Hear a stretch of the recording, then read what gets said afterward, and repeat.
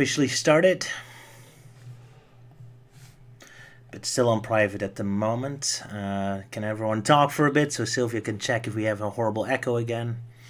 Hello, hello, hello. Echo? Greetings, friends. And hello, audience. Sorry for the awkward start, but I want to prevent more horrible mistakes happening this time. Okay, Sylvia hears everyone. No problems. Okay, good. Then we're ready to truly go. Let me put it on action now.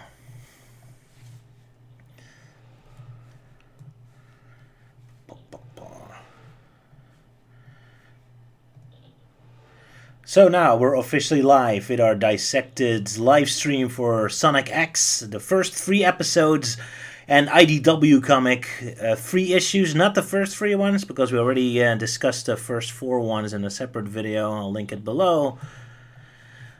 But yeah, the chance that we're going to do a full Dissected on those was very small, so instead let's just do them one at a time in a live stream. We thought that was fun. Anyway, I prepared a little intro video. It's a little not intro anymore, but oh well. I'm doing homework. Meanwhile, with Sonic!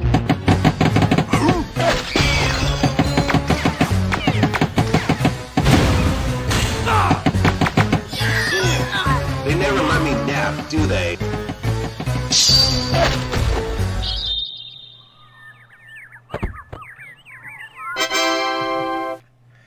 I hope the volume wasn't harder than our talking. Still not very good at this. Anyway, yeah, let's begin then. Luke, can you give us our thoughts on what you thought about Sonic X? I thought it was an alright anime. I think when I first saw it, it was pretty awesome because it was... The cartoons that I grew up with mostly featured just Sonic and Tails and then eventually Knuckles. This is where you finally get all the Sonic characters together that were in their adventure styles. So you got characters that were never in a previous cartoon, like Amy and Cream, and also we got Eggman actually looking like how he does in the games, rather than the scary-looking guy you got in the previous cartoons. I thought it was okay.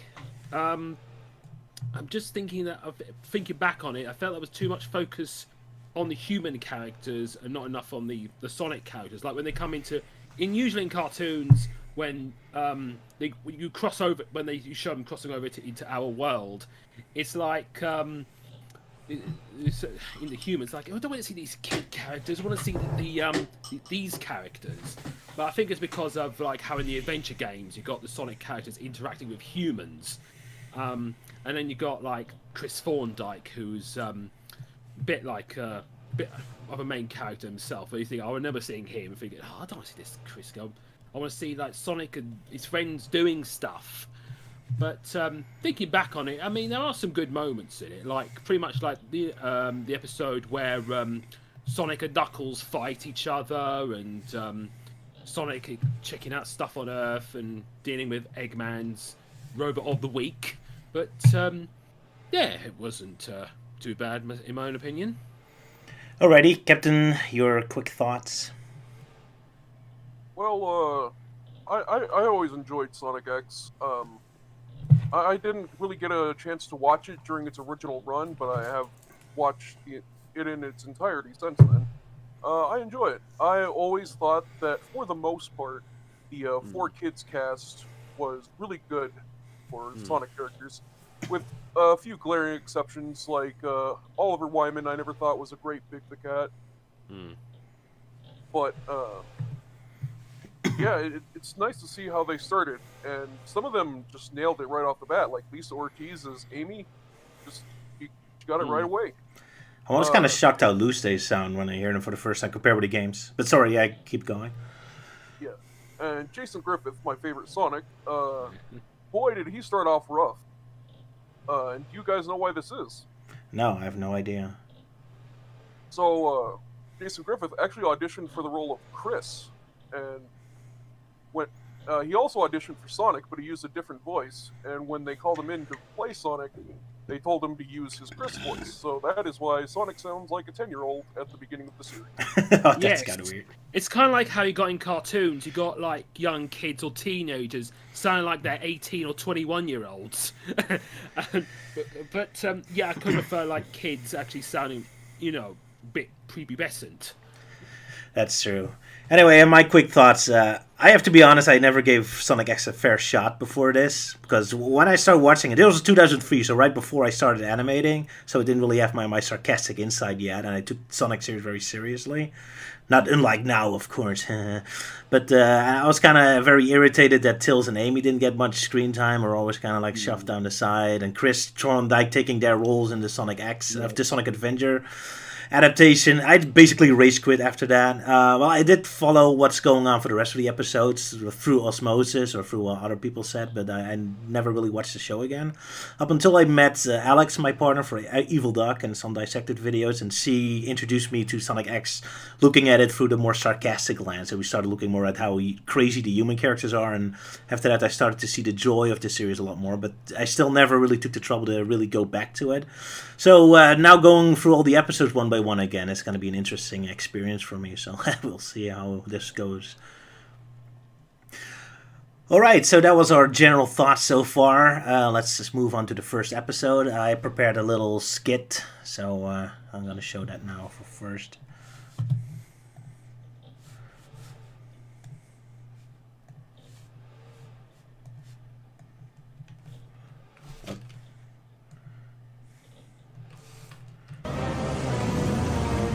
Hi there. You're a hard hog to keep up with.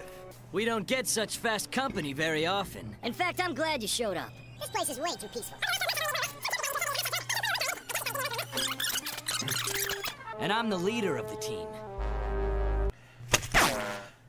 No!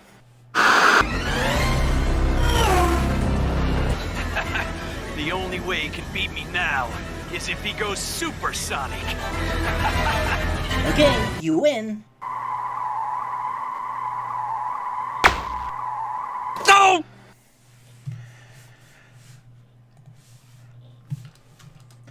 Alright, so that was a quick little cartoon I prepared for this.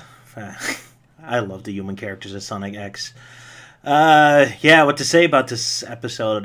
The first thing I noticed, and I'm immediately reminded by anime, is how slow the pacing is. I mean, and this is kind of true for all the Sonic X episodes, but also the IDW comics. At the end of them, I was always like, this is it. This is all that happened, because they spend so much time on random, pointless action that barely any plot-related stuff happens, and I feel like the entire episode could have just been like the first act in any normal TV show. But, of course, that's what gives anime its weight, and that's why it's because that makes it feel more adult than normal cartoons, I suppose, because they take a lot more time, and everything feels more weighty and important. The problem is only, even though they spend a lot more time, they still don't really explain all that much more. Because I found the episode first, the start of the episode kind of interesting, how they don't really do anything to explain why Knuckles or Rouge show up. Because they have to be there in order to be transported to the Earth, but both have no real reason to be there. They just randomly show up, just so they can be teleported. Yeah, it's kind of like in the beginning of like a superhero cartoon, like, oh, just have all the heroes in. Like, just throw them all the heroes instead of be teleported to the world. Just have them all there for no reason. Exactly, especially Rouge. She gets his big close-up. She's just laughing sinisterly. It's like, okay, is she working for Eggman? Is she breaking in to steal something? Like, why is she there? It's like, well, she's there because she has to be there in order to be transported to Earth. But and Knuckles, he's all complaining constantly. Oh, Sonic, why are you doing this? And you shouldn't be attacking, and I should be protecting the Master Emerald. It's like, yes, you should. Why are you here? I mean, you clearly have no investment in what's going on or any interest in stopping Eggman. I mean, it's just a run-of-the-mill Save Cream adventure. So, but oh well, he had to be there, of course. So I find it funny. An interesting observation about this episode is that they go out of their way, like you said, to bring in all of the characters needed for Sonic Adventure 1 and 2's story, up to just having Rouge and Big the Cat there for no reason. But since this series actually debuted before Sonic Heroes, it means that the Chaotix weren't present there, so they actually end up getting shoehorned in later. That's right, but of course I can't remember how they were introduced, so I can't comment on that yet. But yeah, that is interesting, of course. Anyway, with Big the Cat, I don't mind it too much. I mean, he's just kind of fishing randomly in the forest, and I kind of liked it. The fact he's just kind of at the beginning, just give a little establishing shot. Oh, it's just a calm day at the forest, and then we cut to all the action. So with Big, I don't mind. Although I don't like the fact that they put a big emphasis on him when he gets teleported to Earth. I liked it more if we kind of forgot about him. Kind of reminds me of Futurama, where in the first episode they also establish a lot of elements that are gonna play in later episodes. They do foreshadow it, but they don't put emphasis on it. So when you just watch the first episode, it just rolls by and just like, okay, that makes sense. So, but then when later episodes, suddenly elements from the first episode suddenly get a twist, and you go back, you can actually see it. Oh, right, they actually did establish that, and I thought that was a lot more clever when I just kind of do it more subtly than here. I watched the episode both Japanese and English, and one thing I noticed is that the 4Kids version does those cold openings where it starts with the animation and then it cuts to the opening sequence. What do you guys think about that? I just usually generally like that as a style. Yeah. Because here the episode isn't really built for that, so very often it feels kind of awkward to me. Because anime is a lot slower, so it kind of feels random, like it's still building towards something. Then all of a sudden it cuts to the starting credits. So I suppose one question I could ask is like, there's two versions of the intro. There's one where you have the song going like "Gotta Go Fast," and there was another one which I kind of remembered, which just has someone singing Sonic X over and over and over again. Just wondering which version do you feel is a bit better? Do you like? Oh, I prefer the Japanese song. Sorry, Yeah. Captain? Yeah? For me, I only discovered the Sonic X one years later. I believe that was the European intro, whereas "Gotta Go Fast" is the American one. That explains it. So I didn't even probably know the imagine European that version had a different one. Sorry, yeah? the one you could probably imagine that the one I'm familiar with is the one that I prefer. Fair enough. Yeah, but songs both are good. They really capture Sonic's speed and energy. Yeah. Though the American, gotta go fast, a little too hectic for me. What I find interesting about the opening is that they use a lot of shots from the pilot episode. And what's funny about the pilot episode is it's clear when they started making the show, it was supposed to take place in the Anthro world. So the pilot was actually made, you actually saw civilians being actual Anthro characters. And it's the only time, up until Sonic Forces and Boom, I suppose, that we ever saw non-main character Anthro characters. And the funny thing is, in the intro, you can still see a tiny glimpse of them even. They use one shot. There's one shot where you see Sonic go through the street very quickly, and if you look very carefully in the background, you can see a couple of the random Anthro characters. That's kind of interesting. Yes. Anyway, so Sonic gets sent back in the Earth world, and am I the only one who was very anxious about all the cars honking and all the noise then? Because get out of the way! Why you keep standing there in the middle of the road, you bastard?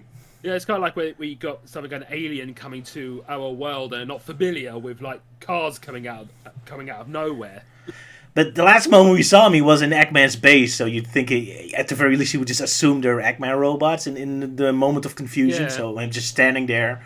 It's like, okay, so you're not you're in the middle of Eggman's base. Weird contraptions come at you, and you're just standing there. Yeah. I mean, what if it's a robot? He would just shot you at that moment. Or be like a knight. You know those old movies where you got like a knight from medieval times coming into our world. They'll probably see like a car, think it's a knight, a dragon, or something, and try to attack it. Exactly. Oh, Sonic's too cool.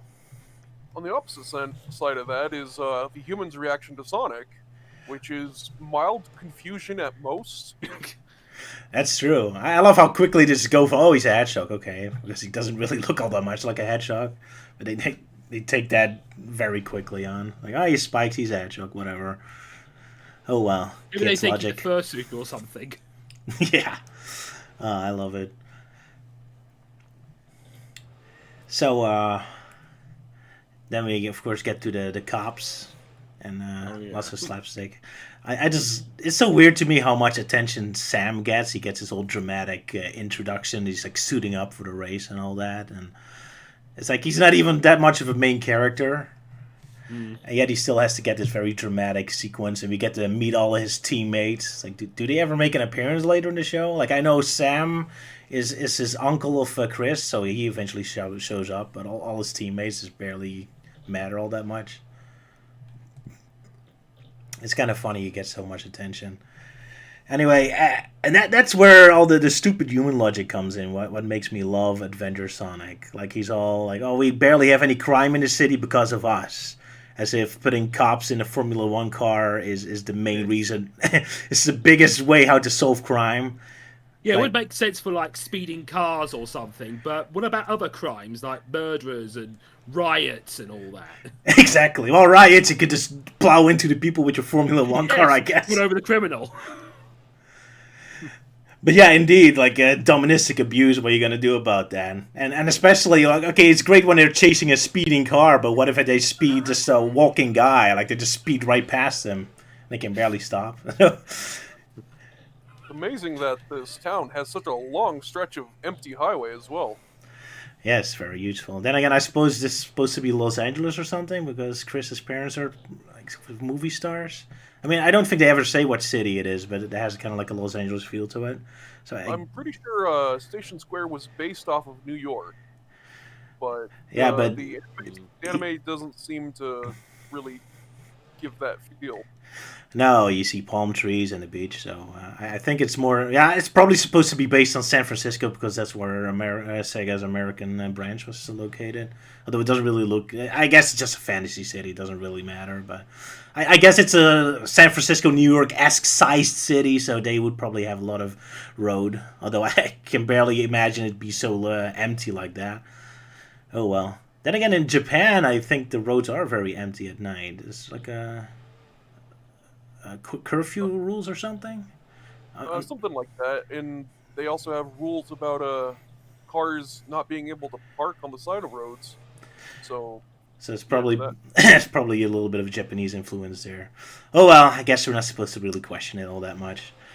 So, one of the big surprises to me is that Sonic broke the fourth wall all of a sudden, where they had this, hey kids, don't jump on cars, or in the American version, oh, don't chase hedgehogs with a Formula car racing. That kind of shocked me. I thought it took till Sonic Colors before they started doing that kind of humor. What do you guys think of that? Well, to me, it sounds like they're trying to bring. It might be like a little jab to like the old Sonic Says segments. Yeah, that could have been, but that's a very good point with Sonic giving us strange but I guess useful advice. I believe don't jump in the washing machine. I believe the Japanese version, the police officer before him breaks the fourth wall as well. Saying like there are kids watching or something like that. Yeah. Well, okay, Sonic's comment makes sense because he's just mocking what he said. But yeah, the way the cop says that thing, that's the thing that's the weirdest. Like, is that really on your mind? You're in the middle of a speed chase, and I'm like, oh, what would kids think if they saw this? Like, why is that on your mind? Yeah, in the 4Kids dub, the police officer says, "Just what if kids start doing this?" Which I think makes Sonic's response even funnier, because he breaks the fourth wall out of nowhere. Exactly, yeah. Oh well. It didn't bother me too much because it was so ridiculous. It kind of... I mean, usually I hate fourth wall jokes because they're very smug. Like, oh, look how clever we are. Well, here it just felt more like wacky, so... I'm not a big fan of fourth wall jokes, but here I kind of like, okay, it's just crazy. I'll take it. So it didn't bother me too much. Also, what I found funny, now I'm kind of going back again, but there's like a sequence where Sonic is confronting Dr. Eggman. And Eggman just has to push the button. He's like, oh, Sonic, you can never stop me before I push this button. Which, again, is kind of really underestimating Sonic. But then his plan is just because a robot turns up behind Sonic that would stop him. But if Sonic escapes the robot, wouldn't he still be running toward Eggman? So that's kind of like a dumb plan. Oh, stupid little nitpick that amused me. Did you spot that? Oh, yeah, it's especially weird because, like, Eggman says, like, he's gonna press the button and he, like, stalls at doing it even when Sonic is running at him. That's right. Oh well. Again, kid's logic. So I'm not supposed to think too much about it. Oh well. Yeah. Is there anything left you want to say? Yeah. Okay. Maybe one more thing about the first episode. Chris's introduction. I kind of like how, like, it's very well drawn. I love the illuminated swimming pool and all that.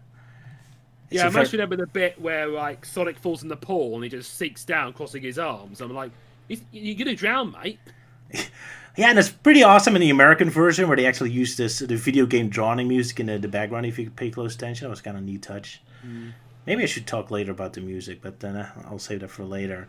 But yeah, I found how they treat Chris sometimes very weird because he's almost given like a very romantic treatment, almost like the old romantic lighting and the dramatic close up. It's almost like he's supposed to be Sonic's lover. Like I've seen other people make fun of that, but it's always kind of weird. Like they make him a little too close to Sonic, unless that's what you want. Like, Well, probably start a lot of fanfics in that time. Probably, yeah. I'm sure it's very popular as a slash fic. So I guess you can use Chris Thorndyke as evidence that maybe Sonic wasn't supposed to be romantic with Elise in Sonic 06. That's just the weird way how Sonic Team wants him to interact with humans. Then again, who knows? Maybe Chris Thorndyke was supposed to be a love interest just like Elise. Hard to say sometimes. There was a bit in Sonic Shorts once where Elise kisses Sonic and Amy and Blaze get mad, and now I'm just picturing Chris along with them. That's right. And Alex and me and Evil Duck also made a joke one, but it was not based on this scene, but about when Shadow beats Chris up in Sonic Adventure 2. I think we also did like a romantic twist on that. It's an obvious joke to make. Oh well. Shall we move on to the second episode, or does anyone have something? Of course. Let's do it. Okay, then first I'm going to start with a skit, so in just a moment.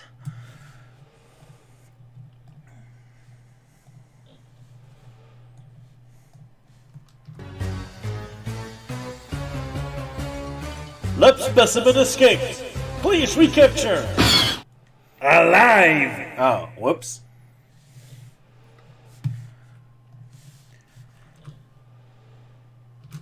That was a lot shorter. Sorry, I wanted to do more, but I ran out of time. But yeah, again, I love this episode for the same reason. Again, stupid humans. Like, I love the security system in Area 99, where it causes more damage to its own base than any of the intruders.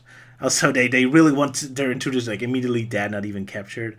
But I especially love the ending where just all the staircases are destroyed and like you just see the whole base completely broken up. I mean, I guess it's kind of Tails' fault he made the security go nuts, but even then, like, why do you make the security system so powerful? This is just funny.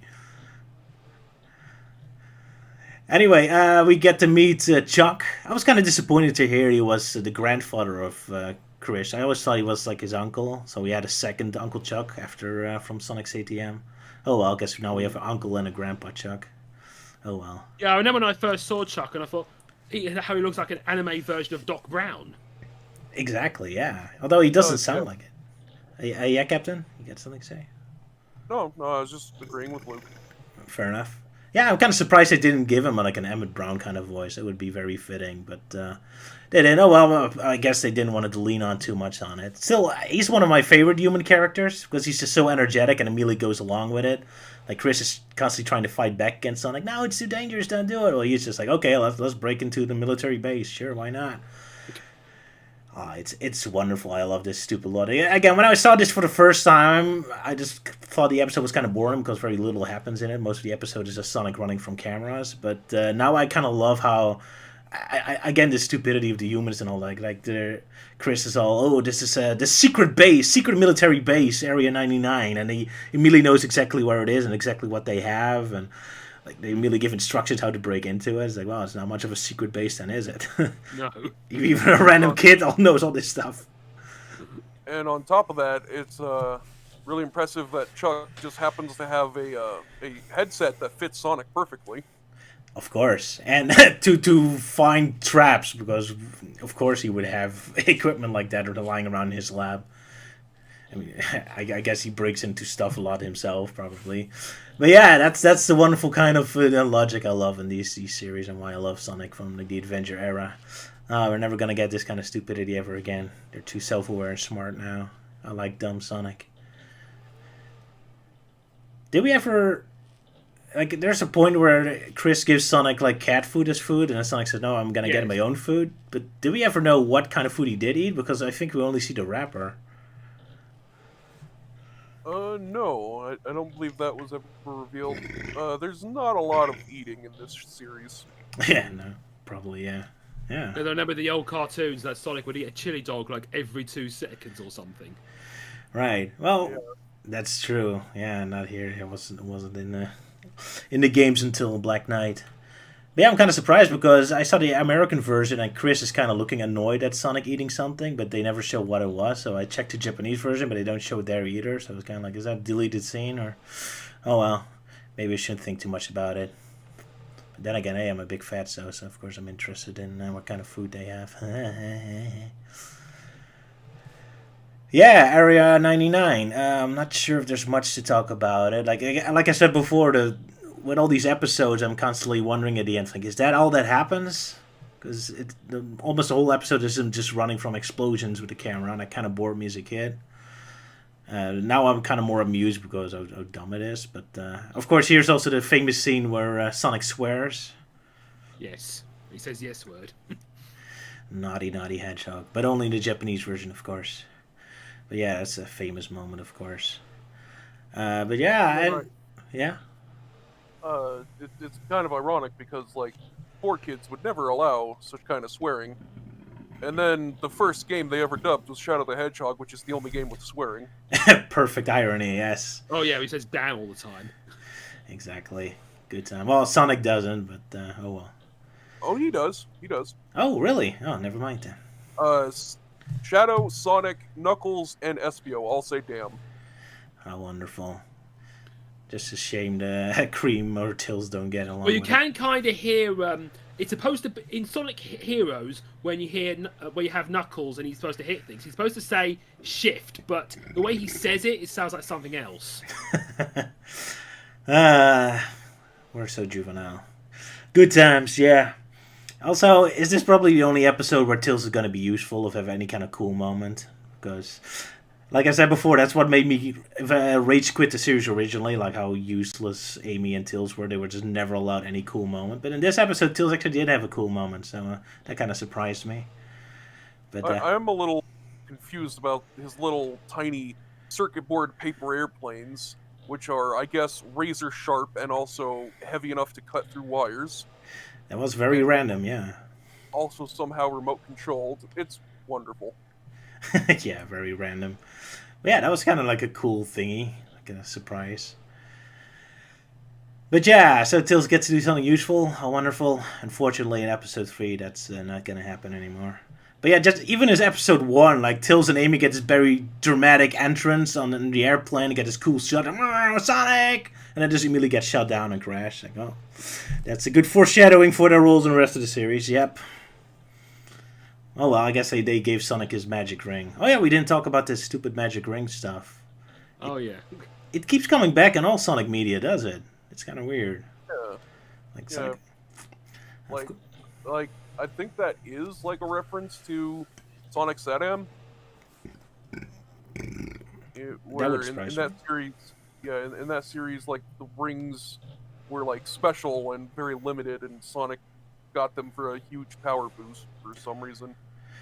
Oh yeah, in a way, it's kind of like the Sonic equivalent of Popeye's spinach, where like when he's like pinned up against a wall, he's at a loss, so like quick, take this, and then he gets powered up and saves the day and all that.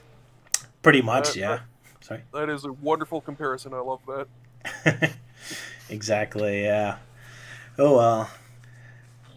But do they ever really explain the super ring in this show? Because in CDM they actually did explain or show where it's created and that it actually takes time for it to rejuvenate. But I don't think Sonic X they ever explain it. It's just kind of have to take it. They did. They did it later. Okay, well, I'll look forward to it then. Because it does happen, because Sonic X is not really supposed to be canon with the games, but sometimes there's a lot of moments where there's occasionally moments where the games actually do reference things that were only introduced in Sonic X. It's kind of random, like Shadow's arm ring or something that shows up in Sonic 06 that was never established in the games, but apparently Sonic X it was. Yep. So Sonic can be very confusing sometimes, and where you have to get information from, because technically this is a spin-off. Technically, we're supposed to look at it like it's Sonic Boom or Sonic CTM. It's not supposed to be connected to the games, and yet you kind of have to watch it a little bit to understand some of the game elements. I mean, this is the only quote-unquote official time we ever saw this whole idea of there being an Anthro world and a human world disconnection show up in the entire series. Well, at least, well, I mean, it showed up in of course the new movie now, and Archie comic kind of dealt with it, but I guess they're a lot more disconnected from the games than this show is. So that's a typical Sonic Team confusion. Oh well. Is there anything you want to say about the second episode? I feel like Cream and Cheese seemed a little too afraid of things. Like they landed on a billboard and they were captured by just humans with ladders. They can fly and they just never do. Yeah, it's a shame. But yeah, that's all the characters suffer from this. Like they're not supposed to. In the video games, they're pretty capable, but in the TV show, they're just completely useless, and it's really annoying. Because indeed, in Sonic Advance, Cream is one of the most powerful characters, especially thanks to Cheese. But nothing of that ever translates to this show. She's just a child, and that's about it. And of course, that's why she was kind of unpopular in the show, I think. Because she just has a high squeaking voice and never really does anything useful. It's a shame. She could have been a very interesting character, but now she's just kind of a morality pet, I guess. I do like how Sonic treats her, though. It's one of the few times he's more nicer towards the other characters. Yeah, it's a shame the other characters are underutilized. But in episode 2, that's not too much of an issue yet. But in episode 3, oh boy, that's where it really starts. So we move on to episode 3. Let's do it. All right, then we start off with another skit. This one is very lazily made. Sorry, I made this at the last minute before the stream started.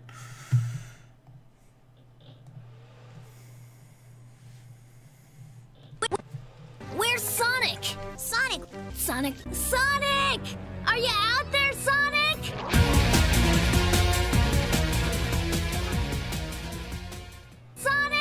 Sonic? We have to bring him back! Right away!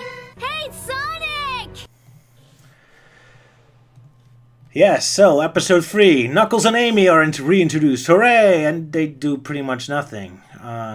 Just walk around the sewers a lot. Pretty much, yeah. And Amy tries to do something useful for a moment, hits with a hammer, but she's not allowed to, so she's immediately defeated, and then everyone just waits around until Sonic arrives. So yeah, this is what I remember Sonic X being all the time. Dr. Eggman has his robot of the week, and it causes some trouble. And that Chris and the other characters are doing some normal things, daily life stuff, and then they do an attempt to fight back and be useful, but they're not allowed to, and they're completely useless. And Sonic is off somewhere doing nothing, and then we just wait the entire episode until Sonic finally shows up and then kills the robot in one hit. And this was what a lot of Season 1 was like, from what I remember. Yeah. I felt like this episode was very Power Rangers, because you got like the villain sending in the monster, then the hero has to beat the monster and save the town. Pretty much, yeah. It's very, how do you say that? Kind of like a foundational episode. Like this is really what it's all about, the structural, without much of a gimmick to it. But yeah, go ahead, Captain. Something I feel the need to point out is how Eggman chooses the robots that he sends out. Is he has this deck of cards with different robots on them, and he is never decisive about which one he wants to use. So he just randomizes them, and it goes into a slot machine. Yes, that picks the robot. And to add to that is there is no way he has all of these robots in his base. So these cards are probably just blueprints that he puts into this machine, and it just builds the robot. Oh, is that how you think it was like? Okay. Well, I mean, there's no way. Look at how big this robot was. There's no way he has 50 of these in that base. That's a good point, yeah. Anyway, I did like the card selecting screen, because that was kind of like a nice way to bring in Eggman's theme park circus antics into the show. I have noticed that they never select the same robot twice, and they always line up perfectly. Yep. Lucky him. Then again, I suppose when a robot is taken, a card is taken out. Maybe. It's also weird that he always only sends one at a time. It seems like he'd have much better success if he just sent out all of them. Yeah, like Luke said, it's like a Power Rangers episode, and I had the same problem. Yeah, maybe Rita Repulsa or Lord Zed would have had more success if she just sent out all of them on the town. Especially since the heroes always defeat the monsters the exact same way, always with a power sword. Exactly like with Sonic, always with the power ring. Like if the hero always wins with the exact same move, you might, focus on that, perhaps, instead of just throwing in random gimmicks that do absolutely nothing for the specific attack that always makes you lose. Oh well. One thing I really noticed with this episode is that the Japanese version compared with the American version is the American version puts a lot more emphasis on the jokes. I mean, they have the same jokes, but the English version changes the background music score a lot more to emphasize it. I mean, there's a moment where the robot appears first in the ocean and the lady is staring at it, and then suddenly a beach ball hits her head and then she starts yelling. Like in the Japanese version, I didn't even notice that detail because everything just kind of flows naturally. But in the American version, they really had this music build up, and then at the moment the beach ball hits her, the music suddenly stops, and then she starts yelling. So it has a lot more emphasis on the joke. Or a later sequence where a guy is walking through the office building, and all of a sudden the robot stands right in front of the door, and then you only notice it after a while, and then he starts panicking. Again, in the Japanese version, I barely notice it, but the American version really put emphasis on it. So that's kind of interesting. I'm not sure if that's a good thing or a bad thing, because I have to admit I didn't even notice those jokes when I saw the Japanese version, so I guess I have to appreciate the Americans for putting more emphasis on it.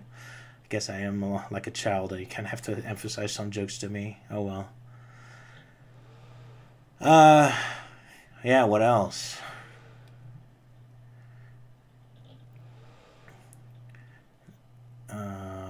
The bit where I think Eggman was trying to take over the town, and he was having a problem with the cops. Oh, right. It's like, yeah, because I think Eggman says, "I want to speak to your boss or something," and the cop said something, and it made him a bit annoyed.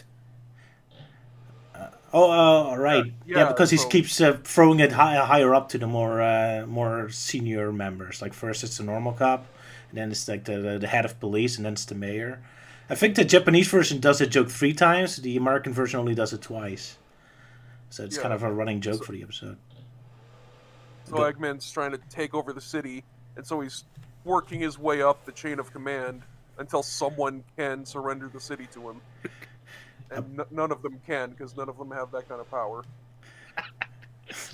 Until at the end he just gives up, okay, just destroy the city. Yeah, that was a pretty good joke. I like that. Because again, they... yeah. And a weird detail, it's kind of expected, is the Japanese version, all of these police officers just have regular old guns firing at this giant robot. It does nothing.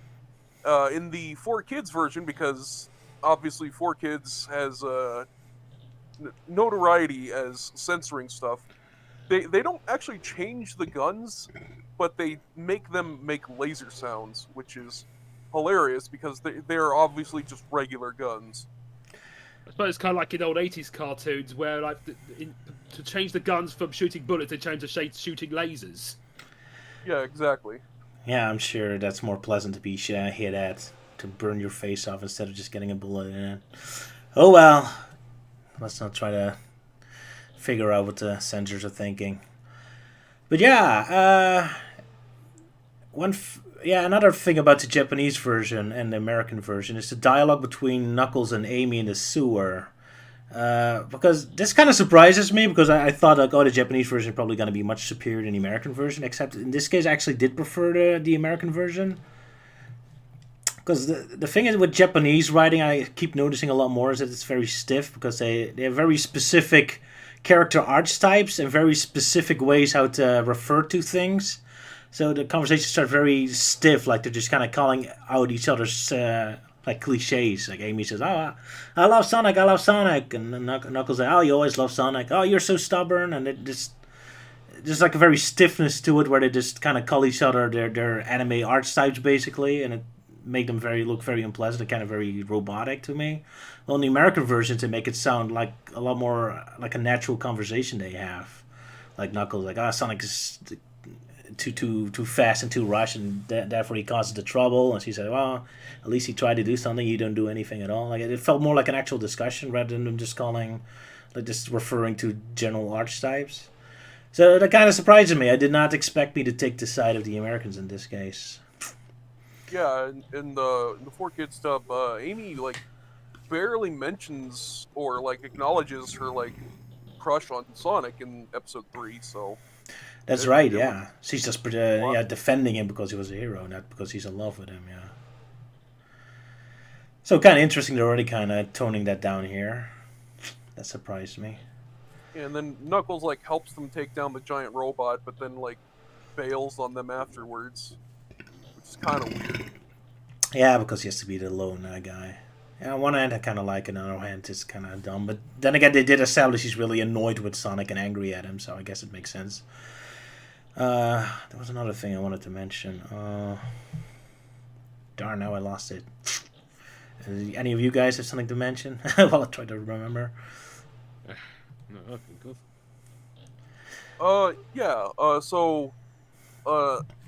I believe some of the animation early on in this series is very, very weird. Like characters will look off-model quite a bit. One thing where it becomes very obvious is when Eggman started speaking for a long series of time, and basically his bottom jaw doesn't move, and the rest of his head does. And it looks very weird to see that for several seconds at a time. Oh, that's right. Yeah, I did notice that. Oh, well. And you said something about Sonic's spines, that they were weird? Yeah. There are some shots where they like spread out in weird directions. It's very odd. They seem to get better at that as the series goes on, keeping them more uniform and stuff like that. Despite of that, I still love the animation. It's very great to see the 2D Sonic Adventure style really animated. Yeah. There's some awesome poses and all that, man. I should really look more closely to this for inspiration with my own cartoons. Like I don't lazily trace enough stuff already. But yeah, it was really a pleasure just to look at the characters in the 2D animation. It's kind of a shame that the new upcoming show is going to be 3D yet again. Darn it, I can't remember what I was going to say. Yeah, because I think like Sonic X is like the only animated Sonic cartoon that's like anime, and the others are like American or European made. That's right, yeah. So just actually, I believe Sonic Oh wait, yeah. Well, I was gonna say Sonic Underground is French, but that's European. Close enough. He's in Europe. Oh well. Oh, Drad, I can't remember what I wanted to say, so I guess we'll just move on to the IDW comics. I'm sure you'll remember. Yeah, after I quit the video, probably. Also, I completely forgot. I need to thank G Reviews for his super chat. He gave me $5, so that's nice. Thank you very much. I love your reviews. Yeah, the IDW comics. I did not prepare skits for them. I ran out of time, and I didn't have too much inspiration either. Maybe for the next time. So we'll be discussing issues 5 through 8, I believe. Yes. That's right. So we already discussed. Well, I'm not sure if were you there, Captain, when we discussed the first 4 issues. I'm not sure if you made an appearance. I was there for the first 2 issues, and I had not gotten around to reading issues 3 and 4, so I left halfway through. All right. Okay. But now I force you to read them. Okay. So obviously. Really glad we're doing this because I've been looking for an excuse to read these, and they are fantastic so far. Artwork is great, yeah. Anyway, yeah, using now scans I got from internet, but of course I do own the actual comics, so don't worry about that. Yeah, so we discussed the first 4 issues before, and I had a specific complaint, namely that it felt like a little too... Like, it was the same thing over and over. Sonic enters a village, meets one of the other characters. He just beats up a bunch of random, weak badniks, and then he just moves, and it was kind of dull to me. Fortunately, the next 3 issues we're going to read now, that structure's getting broken bit by bit. So the first one is still kind of like that. Like he yet again meets up with a specific new character now, the Chaotix, and still basically just fighting a bunch of badniks. But they're finally starting to set up the big plot that Dr. Eggman turned into Tinkerer, like he lost his memory. What do you think about that look, the story beat? Yeah, I think it's. I mean, I agree with you that the first 4 issues are they're very samey. I mean, it's pretty much more like a pilot, but it does get a bit better now with Sonic hanging out with the Chaotix and discussing about it, but like how SBO's relationship with Vector and Charmy and that. It's pretty cool they finally get a little focus on their detective work. They almost never get that. Anyway, the first thing I found very funny about the comic is at the beginning when all the main characters get introduced, the important characters, but they also include 2 badniks. It's I found kind of funny. That even just 2 random badniks that don't really matter get this dramatic, look, these are these characters and that's their name. That kind of made me chuckle. Yeah, it kind of helps us remember that these things do have names. Like the Spina. That's not something I really remember.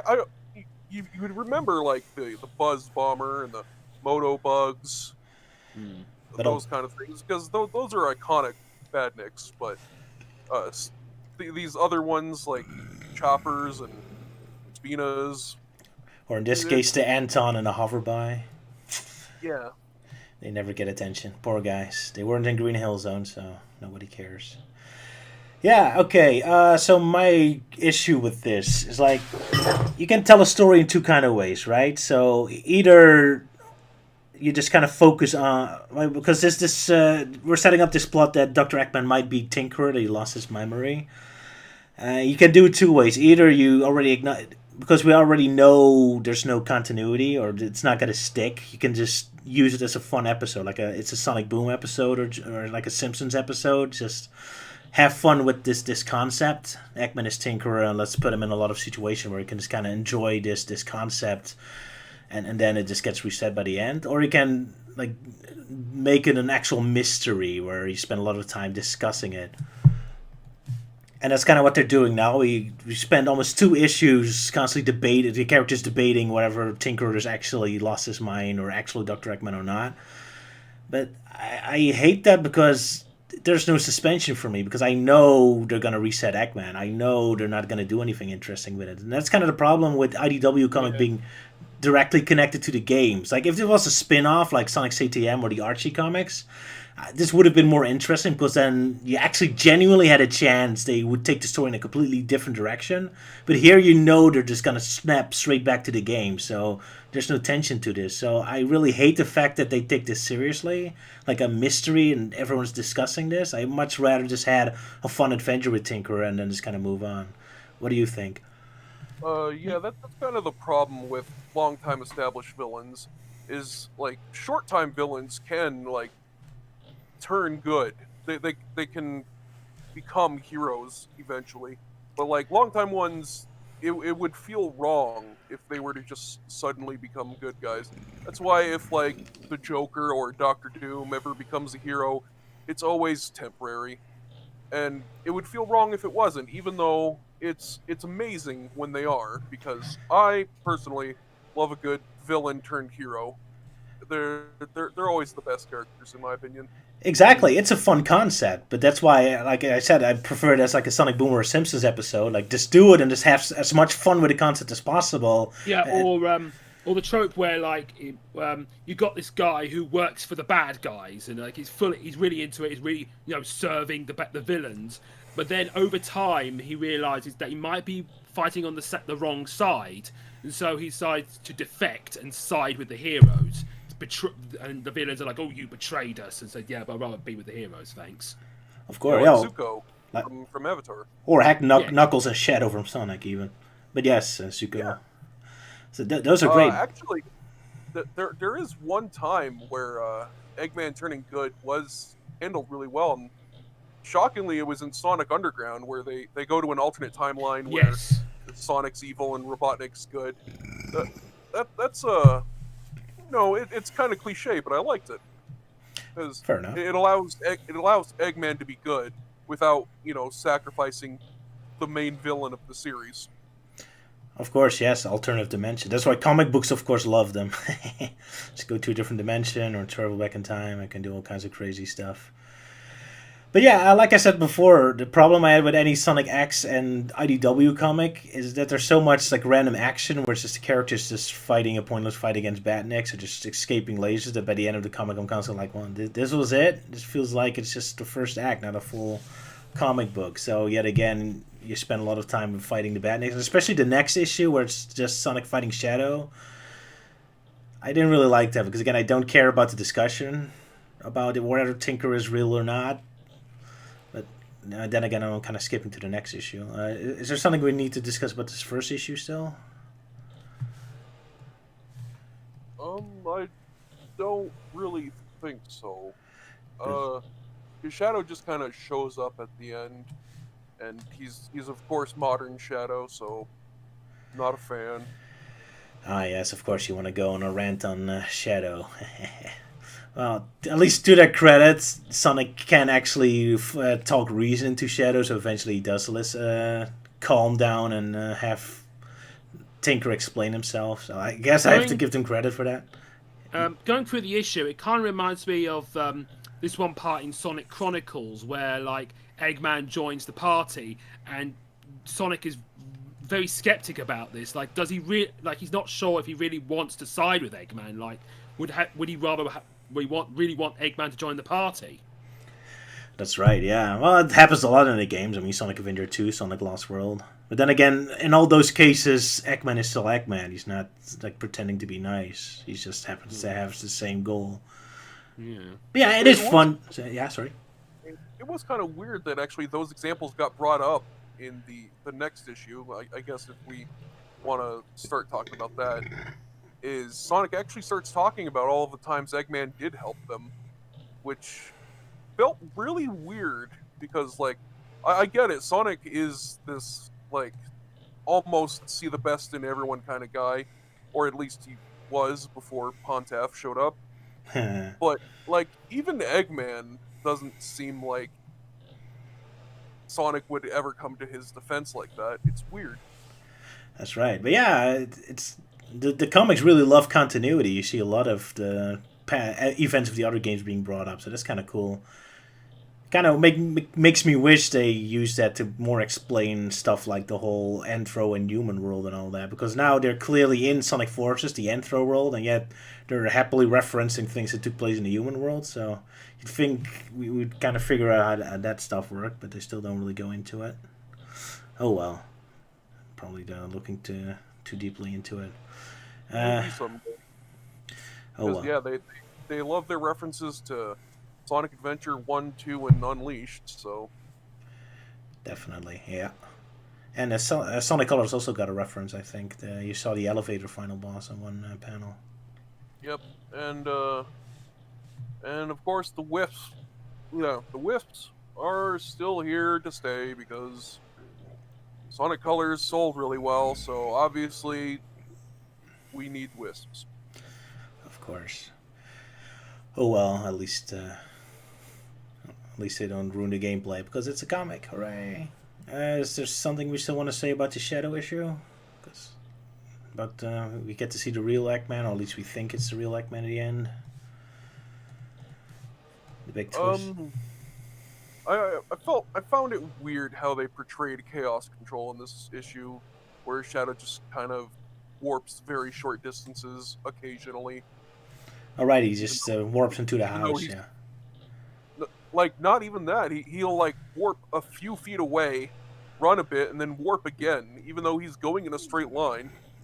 He like, the Chaotix think they're going to cut him off, and he just warps past them, instead of just warping from the forest to Eggman's location.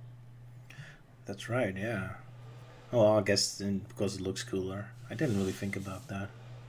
Then again, isn't he just going super fast instead of literally warping? So shouldn't he not be able to go through walls? Then again, I'm not sure. He does glow green and vanish, so I think he is warping. Okay. Oh well, fair enough. So we move on to the final IDW issue we read for now, IDW 7. Or were we not supposed to read 8? 8? I read 8. I thought we were going to 8. Oh, sorry. I just did 3 yeah, issues. it's Oh, well, okay. you already I did mean, your I homework read for next. Did your homework for next time. Well, maybe if this episode, Dissected's too short, maybe we do 4 next time. I'm not sure. I just picked a random number. I'm not sure how Okay. this goes. What surprised me about this one is that it kind of starts very immediately. Like they're immediately boarding the airplane. It's not even like an introduction to, oh, how do you know this? But then again, the last one also started like that with SPO already on the run. I guess Ian Flynn loves like immediate starts. But that just makes it weirder that so little happens in the comic. I mean, the whole issue almost takes place in the airship, and it's really just the revelation of who the evil Dr. Eggman is. It's Metal Sonic, and that's really... Yeah, I think the Egg Fleet ship is kind of a bit of a dead giveaway that this is going to be like a direct continuation of Sonic Heroes. Yep. And I really like this, honestly. Sonic Heroes is a special place in my heart, so Yeah. seeing this like love and care given towards it's very special to me. I love it. I really like how Neo Metal Sonic even has to copy Sonic again, and he like even says like the successfully copied line. It's wonderful. Yeah, no, that's of course the greatest strength of these IDW comics and Ian Flynn. He really did something that Forces didn't do. Because it's kind of sad that as much as Forces is so nostalgic and constantly like lazily using stuff from the past, but they never do cool stuff with it. Like indeed, making Metal Sonic from Heroes actually return with its full capacity, or even using Floating Island and Master Emerald to the end. Like those are all elements that would have been so great in the actual video game. If this is the big war, like Eggman really going all out, all his evil plans, all his minions, all his tricks he did in the past, all combined together in one epic battle. Like you expect all these things to show up, and then Metal Sonic is just normal lame Metal Sonic, not even a real Metal Sonic, but just an illusion. And Master Emerald is never brought up, and you just you really miss that. Like it really kind of undermines this war that nobody really takes it seriously when they leave so many great opportunities laying around. So I guess that's the wonderful thing about these IDW comics. They really like pick up all the lost opportunities of the game. Yeah, I like how they use Neo Metal Sonic's more in here, because in the game he only appeared very briefly before he turned into that big demon creature, and then afterwards he turns back into like normal regular Metal Sonic, because here he's very like Darth Vader, very threatening, and I'm kind of thought he's quite interesting. That's a very good point, and that's kind of goes back to Sonic X, but it's very weird that in the Adventure era, Sonic Team had such a problem with Metal Sonic that they didn't really want to use him. I mean, Sonic X basically had 2 opportunities to use Metal Sonic. In both cases, they kind of left him out. Because you get a flashback to when Amy was saved by Sonic for the first time, so you expect Metal Sonic to show up there. And they actually do a very brief Sonic Heroes-esque episode, but Metal Sonic also doesn't appear there. So for some reason, Sonic Team at this time was really against using Metal Sonic. Even when Sonic Heroes, he's the main villain. Like Luke said, he barely actually shows up as Metal Sonic. He's just Dr. Eggman, and then he just turns to a big dragon monster. So makes me kind of wonder what's up with that, but oh well. I guess maybe it has to do with that OVA movie that they kind of got tired of Metal Sonic after that. Who knows? An interesting detail is Metal Sonic saying like he's fought Sonic since Sonic Heroes, but as you said, he's not actually in Sonic Forces, and they do make a point to say that in the comic, is that Metal Sonic didn't actually show up for Eggman's invasion of the world. He just barely missed the fight, I guess. Yeah, it was finished when it was already over, yeah. So the only times, I guess, that Sonic and Metal Sonic have fought since Heroes would be Sonic Rivals and Sonic Riders. Yeah, and questionable how canon they are. But yeah, it's kind of sad. I guess Sonic 4, even though it's... Yeah, I don't know where Sonic 4 fits. Is that a prequel, or... I don't know. I doubt Sonic Team even knows where that fits. I'm surprised he even remembers Sonic 4, to be honest. I think it's supposed to be after Sonic 3, seems to be. Yeah, and after Oh Sonic. yeah, because Metal Sonic was crashed on Stardust Speedway. Right, so I guess that counts as also modern Sonic. Oh well, but yeah, at least this issue is interesting. It finally kind of changes the structure of the episodes. Yeah, and also shows off how much of a threatening villain Neo Metasonic is. Oh, and that's a very good point because that was one of my biggest complaints up to this point. Like the IDW comics just did not have any enemies worth fighting. I mean, Sonic just plows through everyone nonstop, and it kind of made all the fights boring. So why do we care about all the fights? It's just badniks that Sonic just sleepwalks through, and even when he gets rough and tumble, even they're not much of a fight. This is the first time there's actually any kind of like someone fighting back. And see, normally I don't really care that much, but the story is so focused on the war and so focused on how desperate the characters are that I never really bought the whole premise because all the enemies are a complete joke. So the fact we finally get someone actually fighting back was very necessary for the story. It's just a shame that Metal Sonic is really the only one in the entire first arc of the story that even puts up a fight. Because when the big final battle starts next time, it's still mostly pointless badniks. So well. While we're on the subject of rough and tumble, I think we should talk about the new characters, Tangle and Whisper. Well, Whisper hasn't showed up yet. She's gonna show up in the next issue. But yeah, sure, okay. talk about. Yeah, well, if you want to talk about her, sure, go ahead. But kind of premature. No, she hasn't left a huge impression in her debut issue, so she barely talks. She does it very quietly.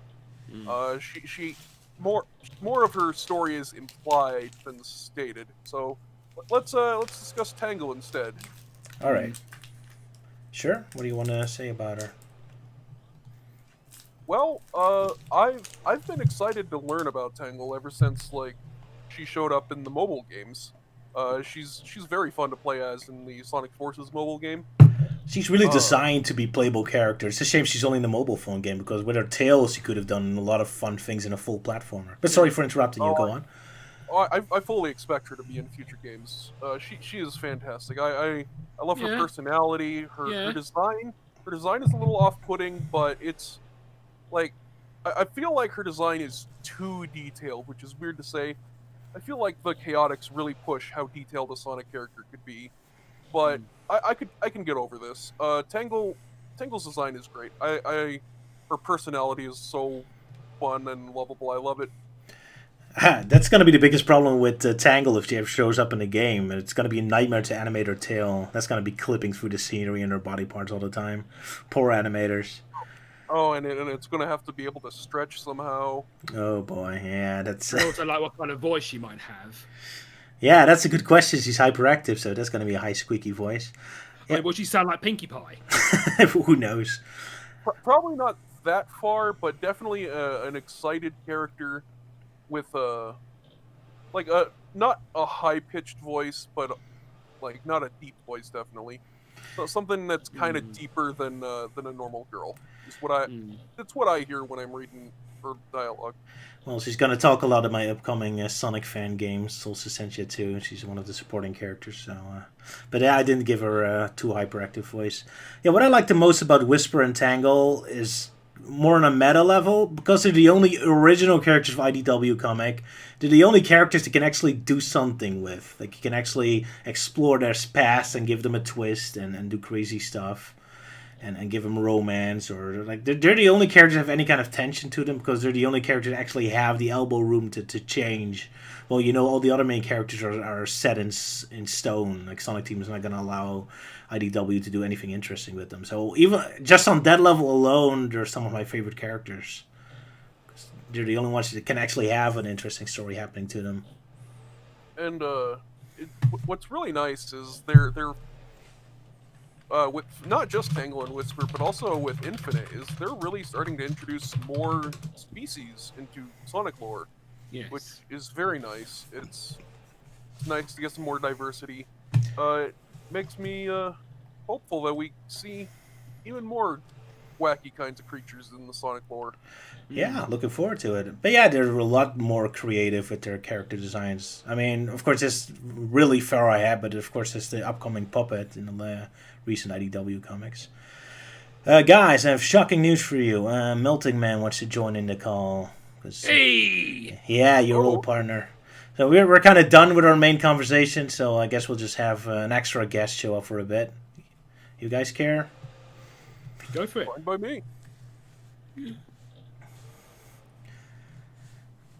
Alright, it's gonna take me a while to figure out how to work, so do you guys have anything to say to fill in the awkward silence?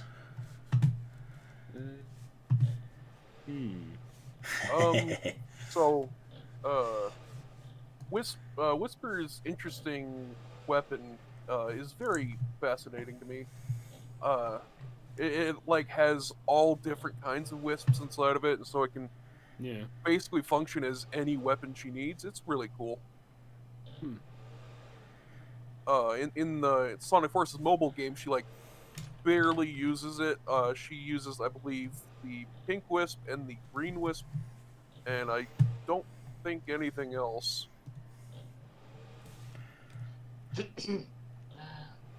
Oh, Hey, you alright, mate? What? Oh, here I am. Ah, Melting Man! Hey! Surprise guest. Hey, it's the man from the trash can. Yeah, I'm that guy. Yeah, it's pretty ironic you guys doing a live stream just after I posted a new episode for the Forgotten Media's Ozma on my YouTube channel. Oh, quickly pitching your own channel, huh? Yeah, you're doing weekly Wizard of Oz stuff. Yeah. Oh yeah, I see you guys are talking IDW Sonic, and you didn't even invite me. That's me. No, I was worried with 3 people, it's already too much of a clutter. But hey, we're done, so I guess now we have time for a 4th guest. So, do you have anything to say about the issues we talked about?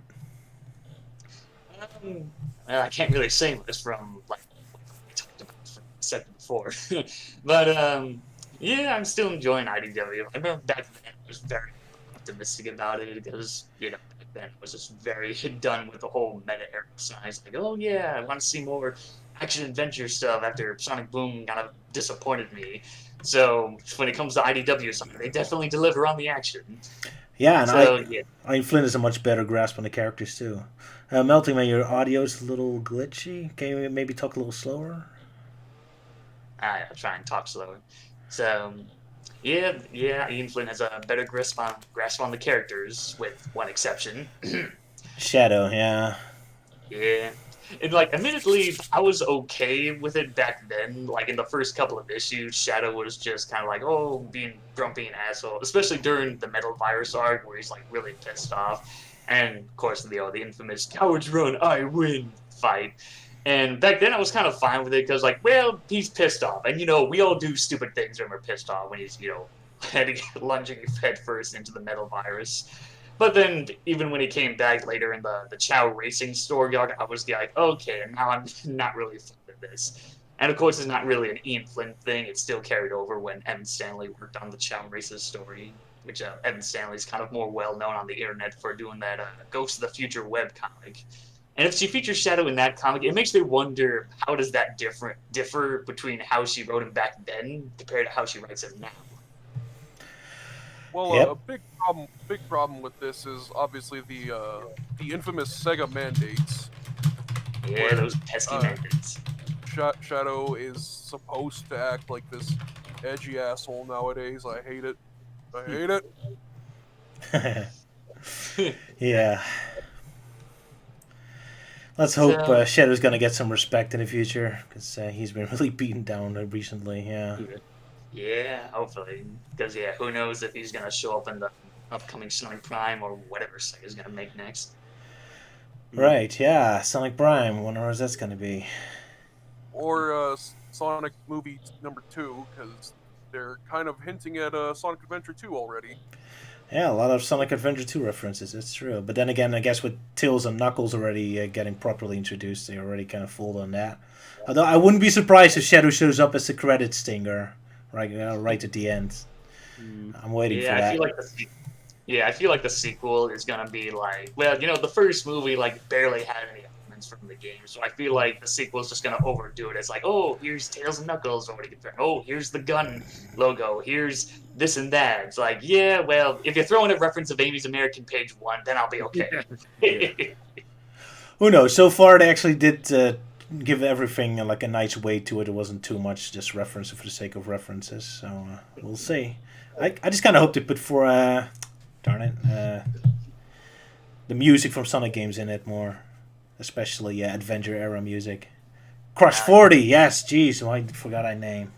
Terrible Sonic. Heck, we got adventure music in the Japanese version of Sonic X, so why not put it here in the second movie? I'm sure there's not any pesky copyright issues unless you really want to get Crush 40 in there. Unless they use Sonic 3 music. They even referenced Crush 40 in the first movie. All right, I forgot. Eggman has Crush 40 on his music playlist. Of course. Yeah.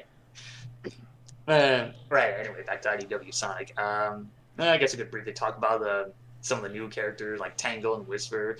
I rather enjoyed them. I remember in an old Gimme Chaos Theories video we did with Luke and I, talked about, like, the introduction of the character, and then we kind of made fun of, like, Sonic grabbing onto her tail, and we didn't know what was going to happen then, so I kind of threw in this joke of, like, maybe she'll have a new ability, or Sonic just has a tail fetish in these comics. Who knows? So, yeah. But yeah, I like Tangle as being the hyperactive character, and Whisper being the solemn, quiet one, literally whispering her lines, who has a connection with the Wiz. At least with the Wisp in the comics, I'm kind of fine with that, because they do at least try and explain, or at the very least, they explain why the hell they showed up in Sonic Forces. It's just, Tails had to contact them before he went missing. So yeah, I'm obviously going with the Japanese script and not the stupid Tails has lost its English dub. Yeah.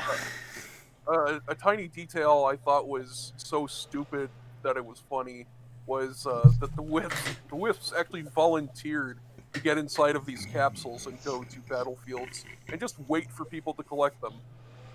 Poor guys. Yeah. I guess they must have seen that really old Dissected video you did, like the first glimpse of Sonic Hero Forces, and you mentioned like, maybe the Wisp will be like these little army guys, kind of like the Adventures of Chunbon. So maybe that's why there's an explanation. It's pretty ironic that they've been freed from slavery on the Wisp planet, and now they've been enslaved to be as weapons. Why did you save us from slavery? It was pretty cool, let's go back there. Yeah. It's kind of dark. You saved us from slavery. And then the next day it's like, okay, screw this. We want some action. Alright, I'm here to kick ass and chew bubblegum.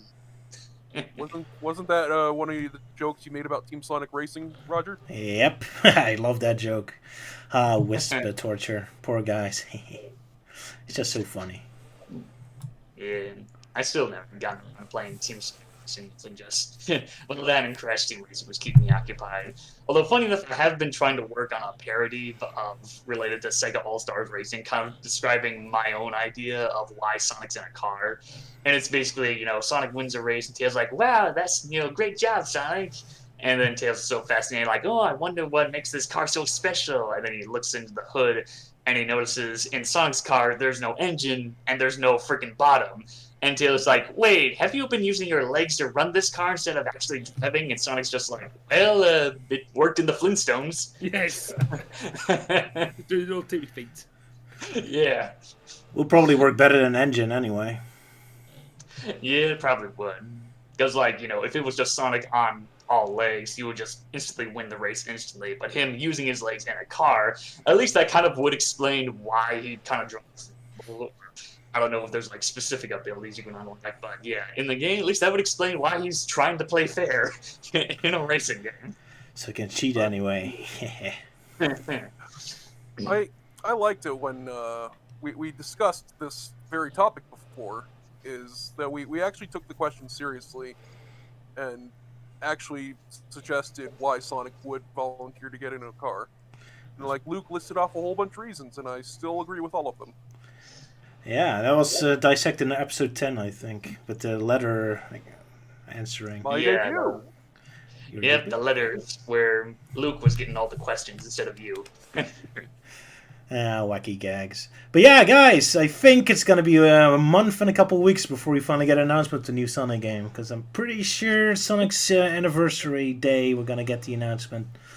Although the game's probably not going to be released this year, probably next year, but we'll at least get the teaser out. So, anyone excited? Yeah, we'll see what they got. That sums it out.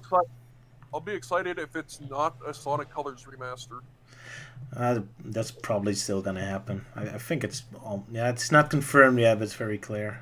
I think if the Sonic Colors remake is coming, maybe that one will be released this year, but the actual proper new game, not.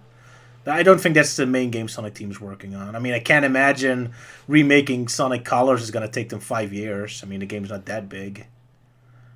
And I mean, the Sonic Adventure remake, sure, because it needs a lot of retooling and recreating because the game didn't age very well, sure. But Sonic Colors, I mean, I hate it, but everyone else says it's a good game, so I guess they didn't have to change anything about that game.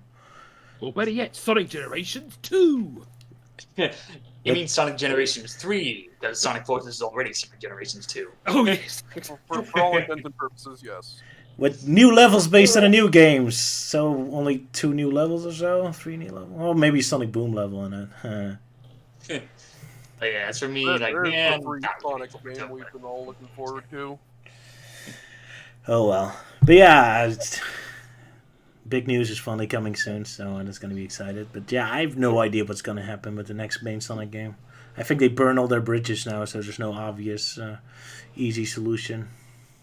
Yeah, I'm just glad they're taking their time with it now, because I remember in the 2000s when they tried to shovel out a new Sonic game every single year.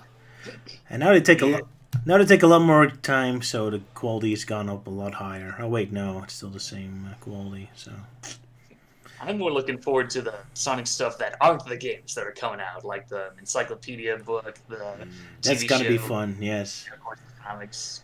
Yeah, I've already checked out the latest one that came out. It's like the one that continues on with Sonic and his friends trapped in this weird testing zone that Robotnik's using for. So it's kind of interesting. It's basically Sonic and the gang going up against these egg vipers from Sonic Adventure, just with different abilities. So they first take down an electric one, and now it's a fire, water, and wind one. And that one I just like to call it Egg Vipers Power Rangers Edition.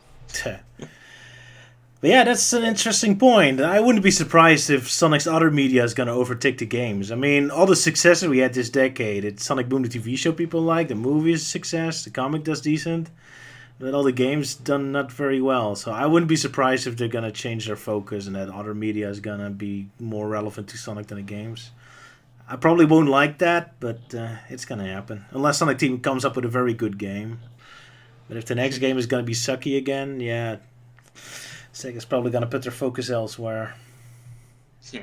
I'm kind of all for the idea of Sonic going more into multimedia instead of just the games, because in some ways you could argue that, like, you know, the TV show and the comics, they do a lot better than the actual games do, at least handling the franchise, expanding its lore and universe.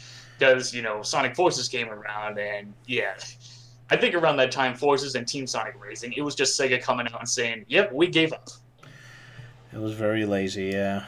So that's why I'm not too excited about them not taking as much time and now taking more time. Because Forces and Team Sonic Racing still feel like they've been thrown together in a couple months. They don't really feel like 4-year games. But yeah, we'll see.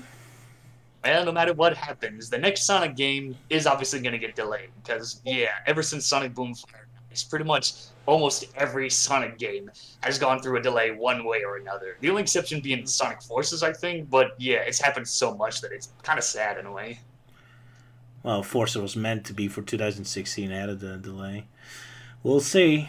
Anyway, I think this live stream has gone on long enough.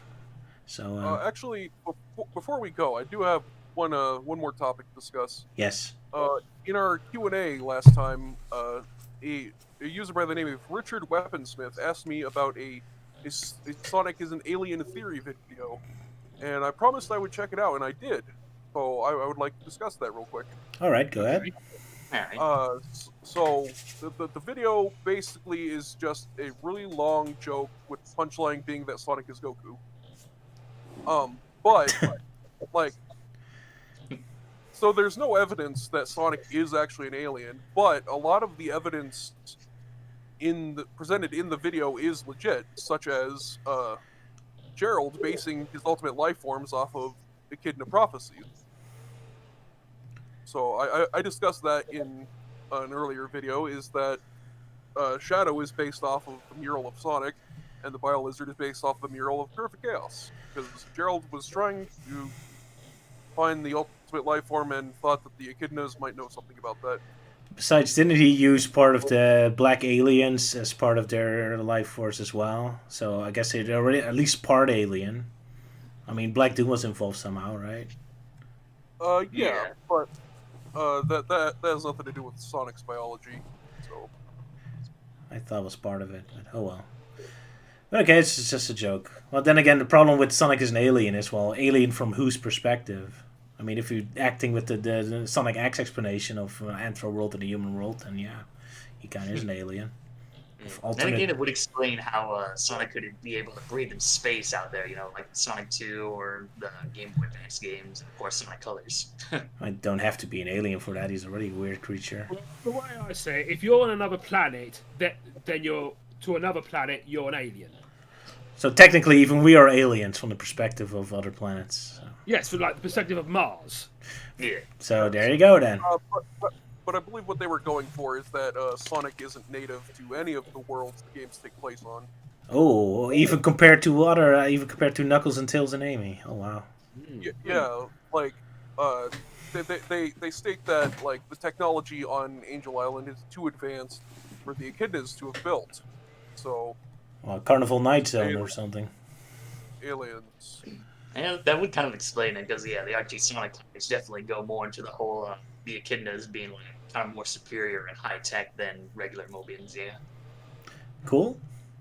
Okay, yeah, I haven't seen the video, so I can't comment on it. But sounds interesting, I guess. Well, they asked my opinion, and that was it. All right, very well. Anyone else has a comment? Last final statement. No.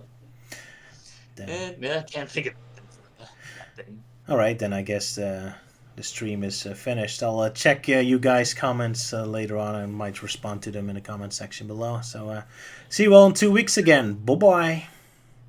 Bye-bye. Bye. Bye, friends.